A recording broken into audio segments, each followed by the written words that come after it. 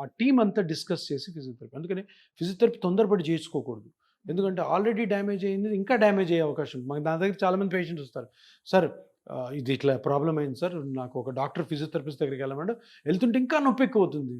ఎందుకంటే అక్కడ లోపల ఉన్న రూట్ కాజ్ని మనం ట్రీట్ చేయకుండా దాన్ని ఇంకా స్ట్రెచ్ చేసాం అనుకో. ఫిజియోథెరపీ చాలా ఇంపార్టెంట్, కానీ ఎప్పుడు ఇది హీల్ అయిన తర్వాత గ్రాడ్యువల్గా చేయాలి. సో ఈ ట్రీట్మెంట్ ఇస్తునేటప్పుడే డైట్ కూడా ఏమైనా వాళ్ళకి సజెస్ట్ చేస్తారా సార్?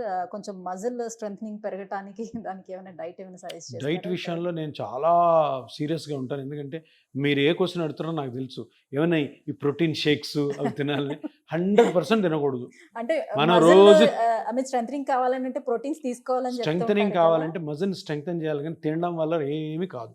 అంతా కమర్షియల్ యాక్టివిటీస్ అవి. ఊరికి డబ్బులు పోగొట్టుకోవాలనుకుంటే ఆ పిచ్చి పిచ్చి తినొచ్చు, తాగొచ్చు. అస్సలు ఏం అవసరం లేదు. రొటీన్ మనం తినే ఫుడ్ తింటూ చేయాల్సింది ఏంటంటే ఇక్కడ జరుగుతున్న ఇంజురీని హీల్ చేయాలి, దాన్ని ఫిజియోథెరపీ ద్వారా స్ట్రెంగ్తన్ చేసుకోవాలి, అంతే. ఫుడ్ వల్ల ఏ విధమైనటువంటి ఉపయోగము ఉండదు. అనవసరమైన ఇంకేమైనా వేరే వేరే ప్రాబ్లమ్స్ ఏమైనా వస్తే రావచ్చు, సైంటిఫిక్గా లేని ఫుడ్స్ తింటే. దీనికి దానికి సంబంధం ఏం లేదు.